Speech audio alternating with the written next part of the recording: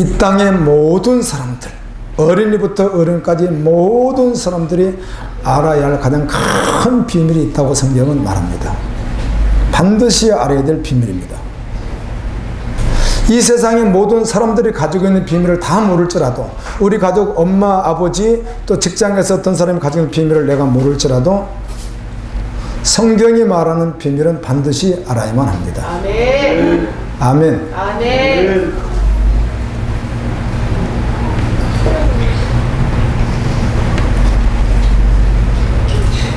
왜 그런가 하면 이 비밀 속에는 나와 여러분의 진짜 출생의 비밀이 들어있고요, 여러분의 운명에 대한 비밀도 있고, 지구 운명과 우주의 운명에 대한 비밀도 다 포함되어 있습니다.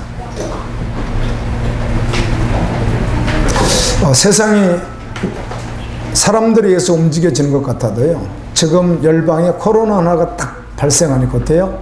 모든 삶에 다양한 모습으로 어때요? 변하잖아요.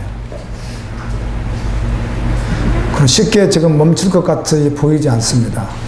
우리 보통 지금 받고 있는, 실시간으로 받고 있는 코로나 데이터 있죠? 이거는요, 발표되지 않는 게 더 많습니다. 우리가 하여 중보 기도나 이런 기도를 통해서 열방에서 들어온 소식을 계속 접하게 되면요, 이게 조사가 잘 안 되는 나라도 있지만 아주 심각한 상황에 있는 것도 전혀 보고되지 않는 것들이 굉장히 많습니다. 지금 그리고 확산 추세잖아요. 전혀 줄어들지 않잖아요. 열방에서요. 여러분, 우리나라가 없어진다고 없어지는 게 아니잖아요.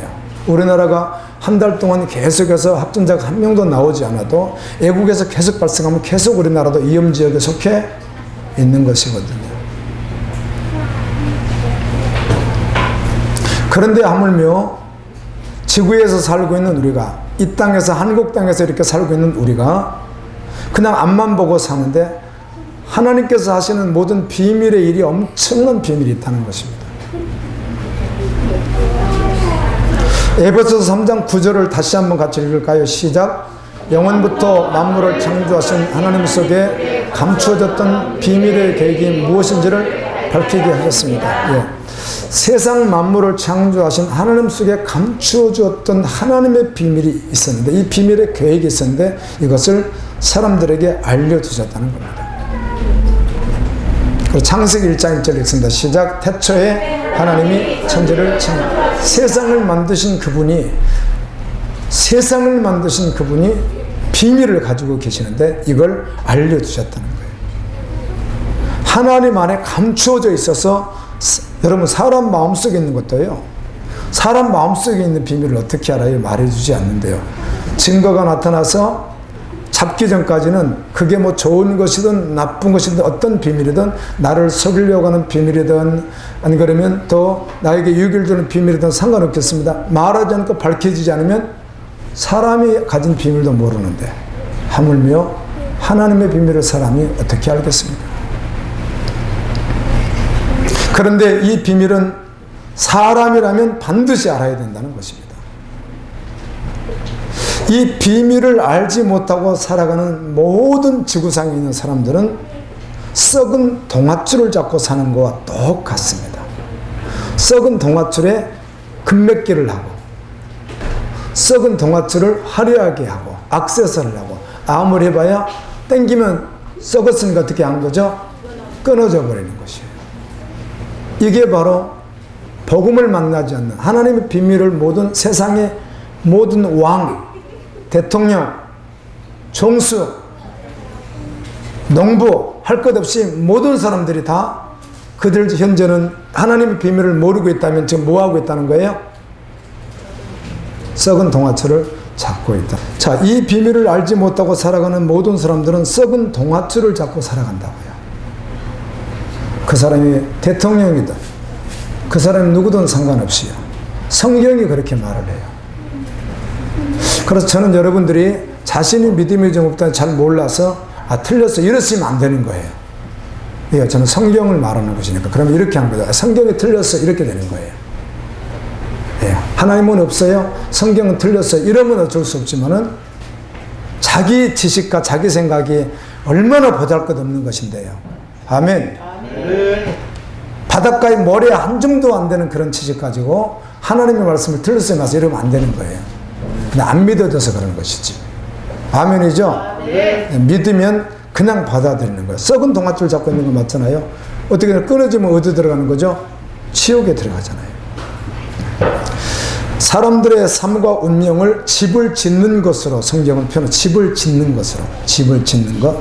그런데 이 비밀을 모르는 사람들은 집을 어디에 짓는가? 성경이 그렇게 말한다는 것입니다. 마태복음 7장에서 하나님의 비밀을 모르는 사람은 집을 짓는데 이렇게 의미를 부여합니다.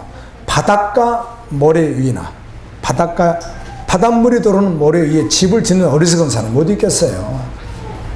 물이 조금 들다가도 많이 들 때가 있습니다, 여러분. 저는 바닷가 살아봤는데요. 물이 항상 거기까지 왔다 갔다 하는 게 아니라 어떨 때는 갑자기 많이 불어서 더 불 때가 있습니다. 근데 그렇게는 어떻게 되겠어요? 물이 다 어디 들어가는 거죠? 짠 물이 집에 들어올 뿐만 아니라 밑에가 모래니까요. 파도가 치면서 다 움직이니까 집이 무너져 버리는 거예요. 또 한 가지는 강가에다가 집을 짓는 거예요. 모래 위에다가. 강가에다 이렇게 저 지금 여러분은 오늘 편집 만장에 다 쳐다보면 여기 그냥 여러분 은혜 받으셔야 돼서 그래요. 그리고 저를 똑바로 잘 못 보는 것도 여러분 영적인 문제예요. 여러분 죄송하지만 여러분 영적인 문제라 그런 거예요. 아멘. 아멘. 그럼 계속 내가 여러분 은혜 받으러 계속 주목하고 있는 거예요. 항상 그렇게 들으세요. 그리고 예배 때 하나님의 성령의 역사함을 여러분이 경험하셔야 되는 거예요. 그냥 예배 드렸다가 아니고요. 하나님 살아 계세요. 아멘. 하나님 살아 계신가요? 아멘. 하나님 살아 계신 믿는 자면 아멘. 아멘. 그러면 역사하신다고요. 네. 생각해 보세요. 강가 모래 위에 집을 지었어요. 이 사람을 누구라고 해요? 하나님의 비밀, 즉 안 믿는 사람을 말하는 거예요. 그렇게 지어놓으면 평소에는 괜찮은데 비가 많이 왔을 때가 문제예요. 평소에는 괜찮은데 비가 많이 와서 정말 많이 와서 성경은 뭐라고 하냐면 상수가 나고 바람이 불면 이렇게 했거든요. 비가 어떤 데 뭐 1m씩 가버리잖아요. 그렇죠. 그렇게 많이 60cm까지 오는 경우가 있어요. 비가요. 이렇게 많이 오면요 모든 물이 계곡에서부터 흘려서 강으로 차버리기 때문에요. 그 모래 위에다가 지어놨으니까 기초가 없잖아요. 모래 위에 지었으니까. 비는 많이 왔지 강물은 불어났지 그냥 어때요? 떠내려 가버리면 만다. 예수님이 그렇게 비유를 말씀해 주셨잖아요. 왕이든 기업 총수든 어떤 농부든 상관없이 비밀과 예수님을 믿지 않는 사람은 이와 동일하다는 것입니다. 그러니 당연히 하나님의 비밀을 알아야 되는 거죠. 주님을 만나야 되는 거죠. 이렇게 집을 짓는 자들이 있으니까. 그 집을 화려하게 지을 수는 있습니다. 인테리어를 아주 비싸게 할 수 있습니다. 어마어마하게 투자할 수 있습니다. 그런데 기초가 바다 모래사장, 강가 모래 위에 지었기 때문에요. 창수만 오면 비만 오면 어때요? 끝나버리고 마는 거예요. 이걸 갖다 예수님은 마지막 예수님의 심판을 말할 때 그렇게 말씀했어요.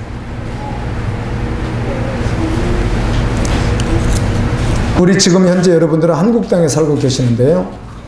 이 비밀을 알고 여러분의 운명을 모래 위에 건축하는 자가 아니라 성경에서 말하는 터가 있습니다. 아멘.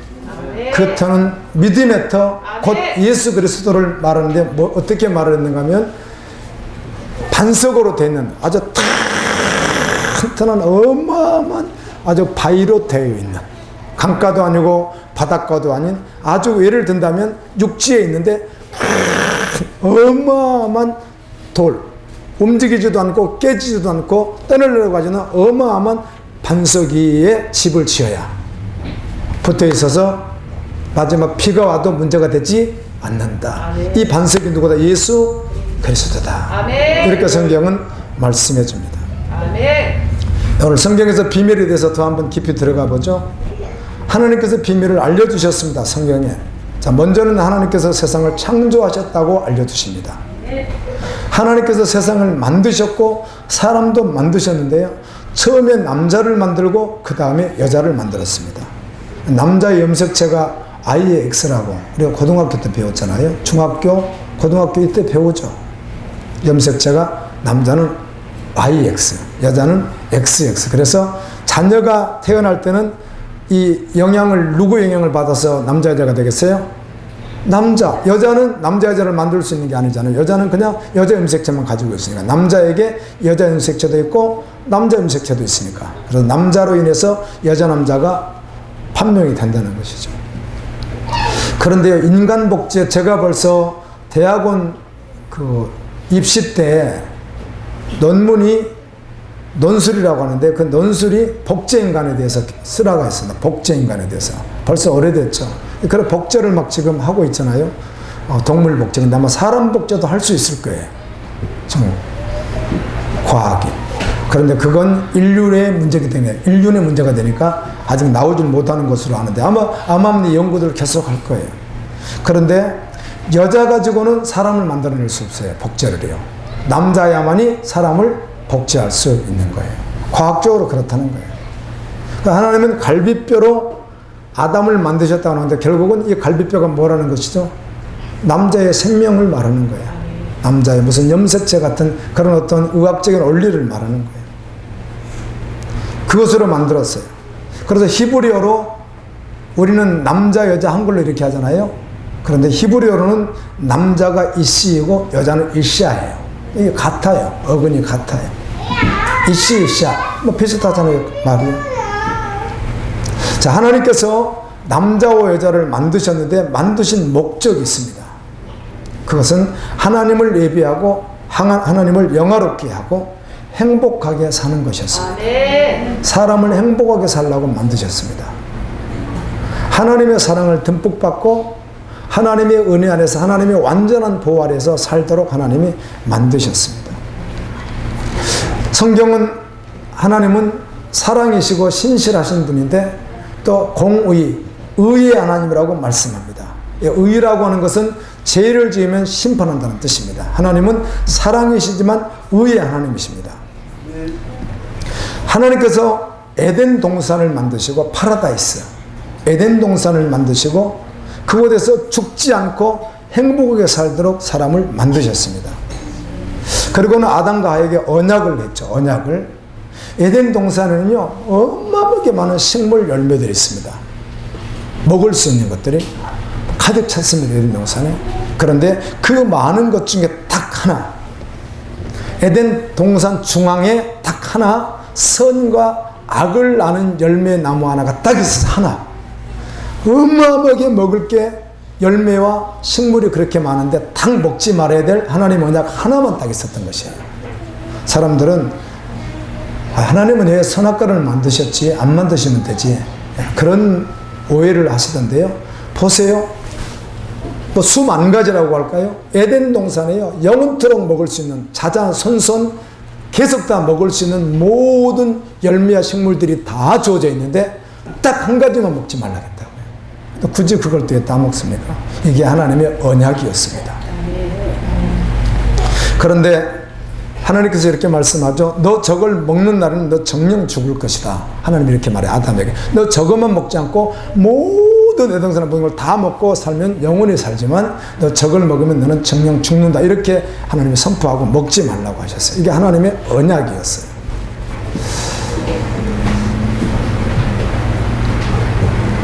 정령 죽는단 말이 무슨 말인가 하면 원래 아담은 죽지 않는 몸이었어요. 그런데 그걸 먹으면 육체가 죽어요. 그리고 두 번째 죽음을 두 가지 말하는데 두 번째 죽음은 사망이라는 말은 다른 뜻이 아니라 지옥에 가서 영원히 사는 것을 둘째 사망이라고 해요.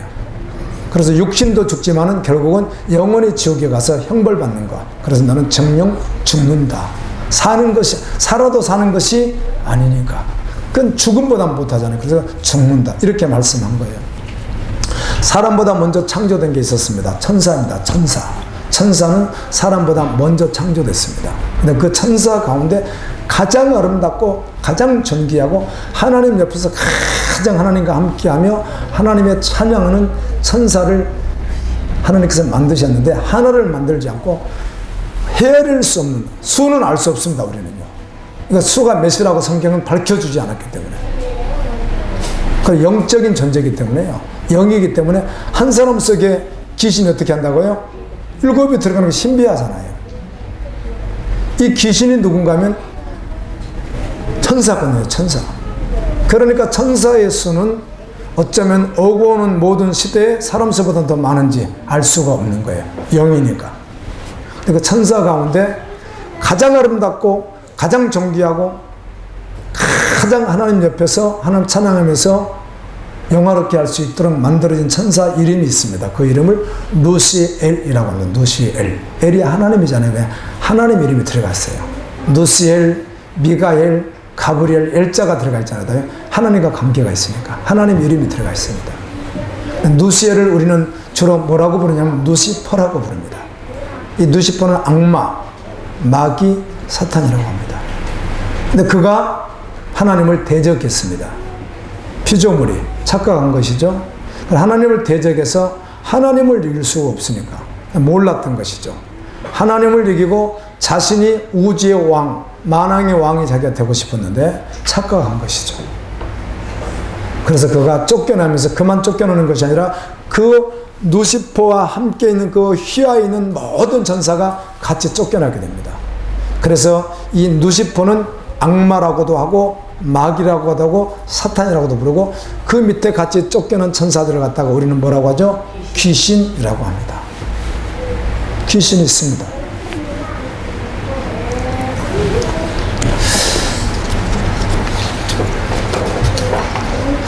천국에서 쫓겨난 악마 누시퍼와 그와 함께 쫓겨난 귀신들이 무슨 일을 하게 됐느냐면 성경에 비밀을 다 말씀해 두셨는데 하나님의 일을 방해하기로 작정을 했어요.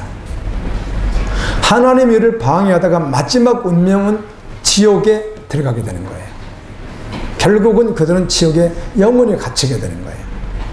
그런데 그 갇히기 전까지 그들이 하는 일은 사람을 죽이고 멸망시키고 파괴시키고 살인하게 하고 간음하게 하고 정상적으로 살지 못하게 하고 하나님을 믿지 못하게 하고 그래서 같이 어디로 끌고 가는 거예요?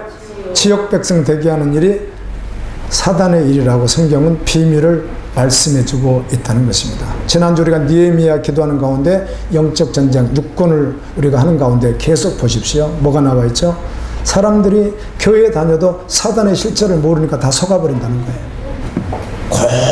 고도의 인간이 상상할 수 없는 고도한 술책으로 하나님과 관계를 끊으려고 하는 일을 하고 있는데 속는다는 거죠. 깨어있지 않으면 속아버린다는 거예요. 자, 이렇게 돼서 이 사단이 에덴 동산에 찾아와서 하나님이 만드신 특별히 창조물 가운데 하나님의 형상으로 지음받은 자가 인간입니다. 그래서 아담 하잖아요. 아담. 아담이라는 말 자체도 흙입니다. 흙이요. 히브리어로 아담한데 흙입니다. 흙.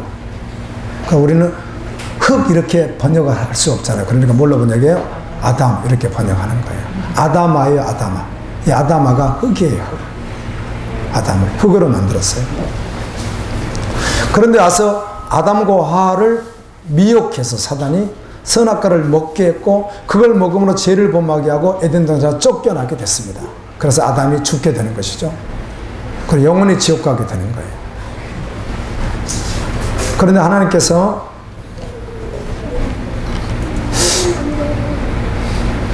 이 아담을 구원하시기로 계획하셨고요.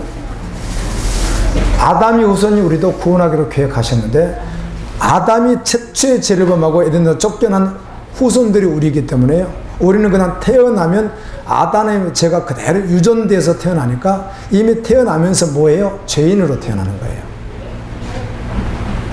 아멘. 아멘. 죄인으로 태어나서 살다가 상황과 조건이 주어지면 어린아이도 상황과 조건이 주면 막 떼쓰고요. 3살만 먹어도요. 3살짜리하고 둘이 경쟁하고요. 치고요. 여러분 이게 죄거든요.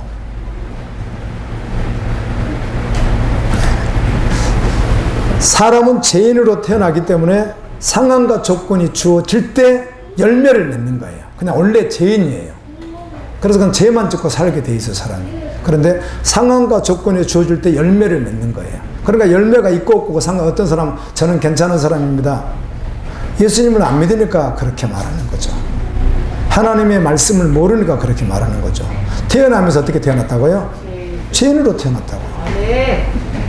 그 상황과 조건이 주어지면 죄의 열매가 있는 거예요. 근데 열매 있고 없고가 상관이 없어요. 그냥 죄인인 거예요.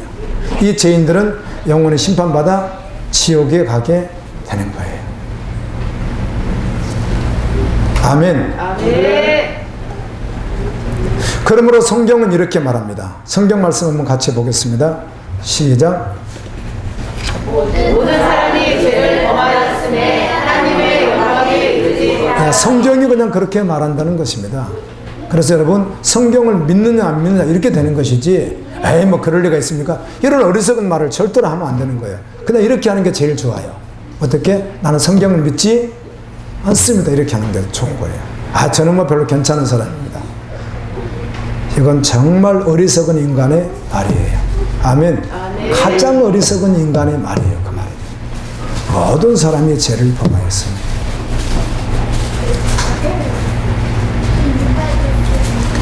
죄인이라고 말할 때는 다르게 말한다면 죄가 하나도 없으신 완전히 모호하신 영원한 선이고 사랑이신 공이신 그 하나님과 같은 모습을 말할 때 죄 없다고 하는 거예요. 아멘. 그래 인간은 그럴 수가 없잖아요. 신이 아니잖아요. 그래서 죄인이라는 거죠. 자, 사람들은 이 땅에 태어나서 살아갑니다. 죄인으로 태어났습니다. 그래서 상황과 조건에 따라서 살아가게 되는데 보이는 세상이 전부인 줄 알고 세상의 것을 얻어서 그것으로 행복을 누리며 사는 것이 전부인 줄 알고 살아갑니다. 죄인으로 태어나 죄인으로 살다가 영원히 지옥 간다는 사실을 모르고 살아갑니다.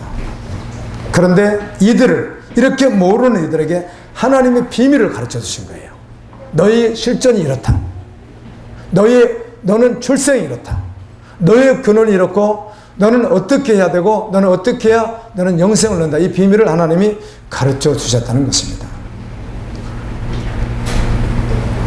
죄인으로 태어나서 죄인으로 살다가 행복을 원하지만 사실은 참 행복이 무엇인지도 모른 채 상황에 따라서 죄의 열매를 맺기도 하고 또 어떨 땐 불안하고 염려하고 죽음을 두려워하고 그렇게 살다가 인생을 마감하게 되는 거예요. 예수님을 믿으면 죽음을 두려워하지 않습니다.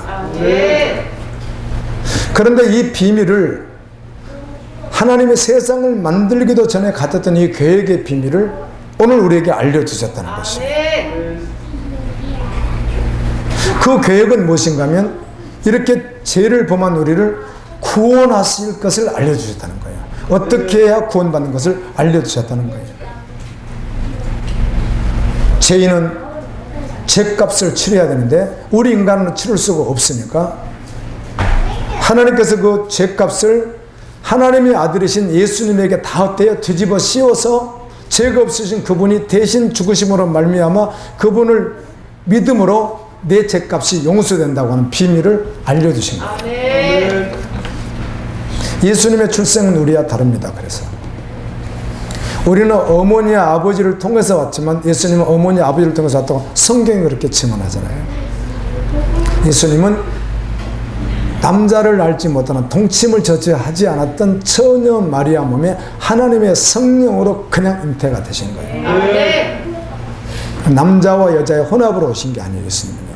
그냥 홀로 여자이신 몸에 하나님의 성령으로 잉태돼서 오신 분이에요. 그분은 죄 없이 태어나셔야 하기 때문에 그래요. 예수님이 이 땅에 오신 목적이 있으셨잖아요. 그것은 나와 여러분의 죄를 대신해서 십자가에 달려 내가 받을 저주를 대신 지시기 위하여 오신 거예요. 하나님은 사랑입니다. 인간의 사랑은요 불완전하지만 하나님의 사랑은 완전하거든요. 그런데 하나님은 또 의로우신 분이에요. 그러다 보니까 하나님은 사랑이신데 의로우시다 보니까 죄인은 반드시 심판해야만 하는 거예요. 죄의 대가를 치려야만 하니까. 이 인간을 사랑해야 되겠는데 죄를 지었어요. 심판을 해야 돼요. 하나님은 사랑이세요. 그래서 하나님의 사랑이신 예수님을 보내셔서 우리 인간의 죄를 대신해서 심판받게 하신 거예요. 이것이 하나님의 사랑과 공의가 십자가에서 이루어진 거예요. 이게 비밀이에요. 제가 처음에 교회 나갔을 때 이게 믿어졌어요. 믿어지는 순간이요. 변하더라고요, 사람이. 완전히 변해버립니다. 제가 아는 한 청년은 중학교 졸업하고 정말 사람들에게 손가락질 당하면서 뒷골목에서 이렇게 살던 분이었는데 자신같이 불행한 사람이 세상에 있겠는가, 사랑도 받지 못하고, 그런데 교회를 가게 되었고 말씀을 듣는 가운데 하나님이 자신을 사랑했다고 하는, 하나님이 자기 같은 자를 사랑해서 아들을 내어주시고 십자가에 대신 죽게 하셨다는 말씀을 믿어주는 순간에 얼마나 뒤집어져 버렸는지요. 교회에서 하도 봉사를 열심히 하니까 이분이 너무너무 목사님 따라다니면서 제발 그만하라고, 주의하러 막 하니까, 너무 심할 정도로 봉사를 하니까 그만하시라고. 그러다 사고 치겠다고. 아니나 다를까 사고도 쳤답니다. 교회 이렇게 교육관 같은 걸 시골에 있는데 조그만 거 하나 지어야 되는데, 교회 옆에다 지어야 되는데 아무도 손을 안 드니까, 청년들 몇 명 들어, 이분도 청년이다 보니까 땅 파자 그래가지고요, 교회 조그마한 그 교회 옆에 땀을 팠는데 하필이면 장마철에 판 거예요. 근데 너무 많이 파버려가지고 장마철에 파니까 어떻게 되겠어요? 이게 무너지면 위험하잖아요.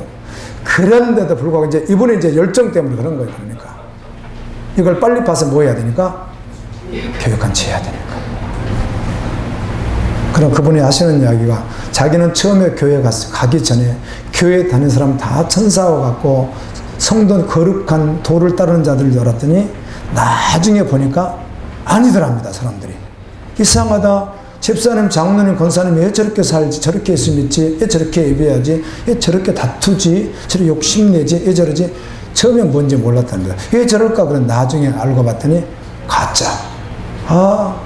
교회에 짝퉁이 많구나, 그 사실을 알게 됐답니다. 그때부터 지금 거의 70 중반이 되셨음에도 불구하고 날이 갈수록 더 주님을 섬기는 일에 여전히 달려가시는, 저와 함께 동역하시는 분이 계십니다. 아멘. 예수님 믿으면 달라집니다. 하나님의 사랑과 하나님의 공의가 나타난 것이 예수님입니다. 자, 요한복음 3장 16절을 같이 한번 또 읽습니다. 시작. 하나님이 세상을 이처럼 사랑하사 독생자를 주셨으니 이는 저를 믿는 자마다 멸망하지 않고 영생을 얻게 하려 하심이라. 아멘. 하나님의 비밀이신 예수님, 그분을 믿으면 하나님의 자녀가 됩니다. 하나님의 자녀 말이에요. 여러분, 자녀의 권세가 얼마나 대단한지 아세요? 여러분, 다시 태어난다면 누구의 자녀로, 사람의 자녀라면 누구의 자녀로 태어나고 싶습니까? 다시 태어난다면. 지금 그 부모 밑에 다시 태어나고 싶습니까? 집사님? 솔직히 말씀하시라고. 전제적으로 대답을 원했던 것이에요. 이렇게 인간적 대답을 원하는 것이 아니라 전제적 인간의 본질적인 질문을 묻는 거예요. 지금 다시 태어난다면 지금 엄마 아빠 그 밑에서 다시 태어나고 싶냐고. 저는 안 태어나요. 그렇게는요. 왜요? 우리 아버지는 알코올 중독자였고요, 우리 어머니는 일장무식이셨고요, 몸은 아프시고요, 피부는 아주 거칠으시고요, 몸은 약하시고요. 저 그 부모 밑으로 안 태어나요. 다시 태어나요. 그런데 예수님 믿으면 하나님의 자녀로 태어나는 거예요. 아멘. 이게 믿어지면 정말 흥분하죠. 아멘. 아멘. 하나님의 자녀가 누리는 복이 있습니다. 그것은 하나님의 돌보심이 있습니다. 아멘. 하나님의 나라를 상속받게 됩니다. 아멘. 이 비밀을 알게 되면 정말 믿어지면 감동합니다. 아멘. 감사와 눈물이 있습니다. 예수를 믿어도 정말 이렇게 감동을 한번 우는 것 말고 정말 십자가의 은혜를 깨닫고 진실로 울어보임이 없다면 이분은 어쩌면 가짜일 가능성도 있습니다. 성경에 보니까 다윗이 뭐라고 하죠? 자기 눈물을 호리병 같다. 호리병 같이 이렇게 생긴 거? 그 병에다가 얼마나 담았는지 그냥 눈물인 거예요. 죄를 보면서도 눈물이 있었지만 주님의 은혜를 생각하면 눈물인 거예요. 아멘. 아멘. 그 역전의 장수 예수를 이렇게 말하면 좀, 하여튼 다윗은 뭘 했죠? 하프, 기타를 잘 쳤고, 그 다음에 뭘 또 잘하죠? 글을 잘 쓰고 다윗이 시 쓰잖아요. 그 다음에 또 뭘 잘하죠? 전쟁을 잘해요. 요즘에 보면 완전히 다 잘하는 사람이에요. 애를 댄다면. 그런데 그가 주님의 사랑을 깨닫는 순간부터 계속해서 어떻게 해요? 눈물이 마르지 않는 거예요.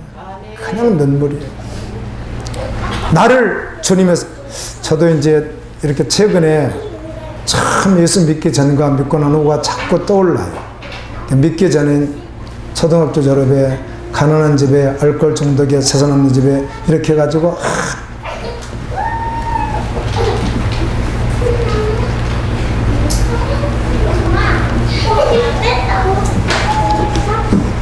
아무것도 없는 곳에 태어나서 소망 없이 살다가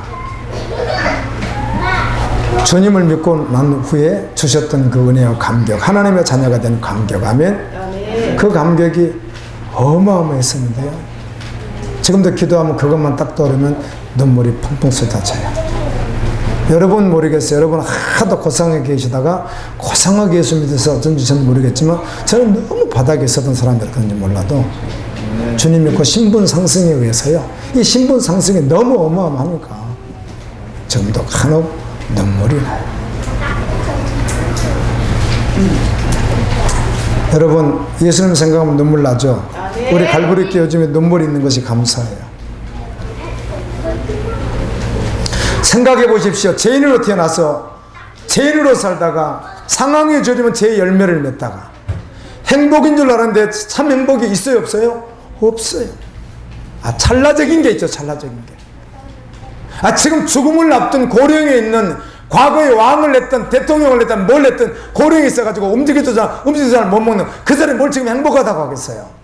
행복한 때가 있었던 것이지. 그 사람이 자신 스스로 행복했다는 어떤 순간이 있었던 것이지 그 사람이 어떻게 행복하겠어요. 지금 병상에 있는 그 별 3개 그 무슨 해상가 하여튼 간에 뭐 그러면 행복하겠어요 지금요? 자기가 행복하다가는 찰나적인 순간이 있었던 것이지 인생은 행복할 수가 없어요. 고해야 같아요 인생이라는 것은. 그런데 그런 죄인인 나를 하나님께서 살리셔서 아들 삼아주시고 세상이 어떠하든 환경이 어떠하든 그 평안과 행복과 은혜를 누리도록 그리고 영원히 전국을 상속받도록 바라보게 하신 그 주님 때문에 어찌 눈물이 나지 않겠습니까? 생각만 해도 감사하죠. 주님 살아계십니다. 자, 예수님 살아계시는 믿는 자만 아멘. 주님 사랑하는 분만 아멘. 전부로 가는 거예요. 주님 살아계세요. 지금도 역사하고 계시고 하나님의 비밀 가운데 하나님의 세상을 만드신 것뿐만 아니라 마지막에 세상에 끝이 있는데 이 세상이 완전히 파괴시킨다고 말씀해요. 아멘. 우주 만물을 다 파괴하는 그때가 온다고 말해요. 지금도 보시면요, 뭐 지구 학자들이 뭐 미래를 예측하고 뭐 다 좋습니다만 성경이 가장 어때요? 정확하게 예측하는 거예요. 학자들은 세상이 어떨 것이다. 뭐 지금 남극이 녹는 문제, 또 태양이 열 문제, 뭐 수많은 문제, 오존층 파괴 문제, 많은 환경 오염 문제를 많은 이야기들을 합니다. 그렇지만 성경이 말하는 예언이 가장 어때요? 정확하다는 거예요. 지진, 기근, 전염병, 이상기온, 전쟁할 것 없이 지금 세상에서 열방에서 일어나는 모든 일들도 이미 성경에 예언되어 있는 거예요. 끝으로 갈수록 나타나는 현상에 대해서요. 여러분 우주의 끝이 있습니다. 그 끝이 얼마 남지는 않았습니다. 여러분 하나님의 비밀을 알게 되는 순간, 믿게 되는 순간 가치관이 달라집니다. 예전처럼 살지 않습니다. 절대로 예전처럼 사라지지도 않습니다. 자기가 계획해도 직장에서 어떻게 진급하지? 공부를 어떻게 잘하지? 뭘 어떻게 성공하지? 이걸 내려놓으라 하지 말라 그 말이 아니라 그것이 전부돼서 살았던 인생에 딱 수정이 됩니다. 그 위에 어떤 꿈이 생기는 거죠? 하나님을 잘 섬기는 꿈이 생기는 것입니다. 하나님을 잘 예비하는 것, 하나님 뜻대로 사는 것이 더 위로 올라가게 됩니다. 밑에 것이 더 하찮은 것이 되어버립니다. 세상 사람들은 이게 전부인 줄 살지만 가치관이 바뀝니다. 예전처럼 살지 않습니다. 거룩을 소망하며 죄에서 떠나게 됩니다. 욕심이나 사치에서 멀어지게 됩니다. 이 세상에 살지만 저 천국을 바라보며 하나님의 말씀에 순종하면서 걸어가게 됩니다. 전에는 늘 불안하고 염려하고 시기하고 질투하고 그렇게 죽음을 두려우며 살았을지라도 예수를 믿고 난 후에는 자유함이 있습니다. 참 평안이 있습니다. 참 사랑을 가지고 살게 됩니다. 제가 잘 아는 증인 한 분이 또 계십니다. 자주 뵙고 그런데 이번에 니에베 기도 때 2번 오셔서 기도하시던데요. 근데 그분이 지금 50대이십니다. 자녀가 늦둥이를 낳아가지고 자녀가 5입니다.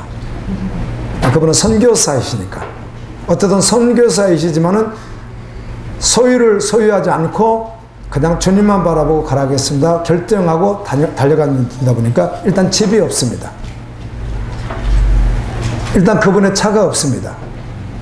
재산은 현재 제로입니다. 지금 1,000원, 2,000원, 만원, 2만원은 있겠죠. 뭐 있을 수도 있고 없을 수도 있어요. 한 달 단위로 사니까 이분들은 어쨌든 다 제로입니다.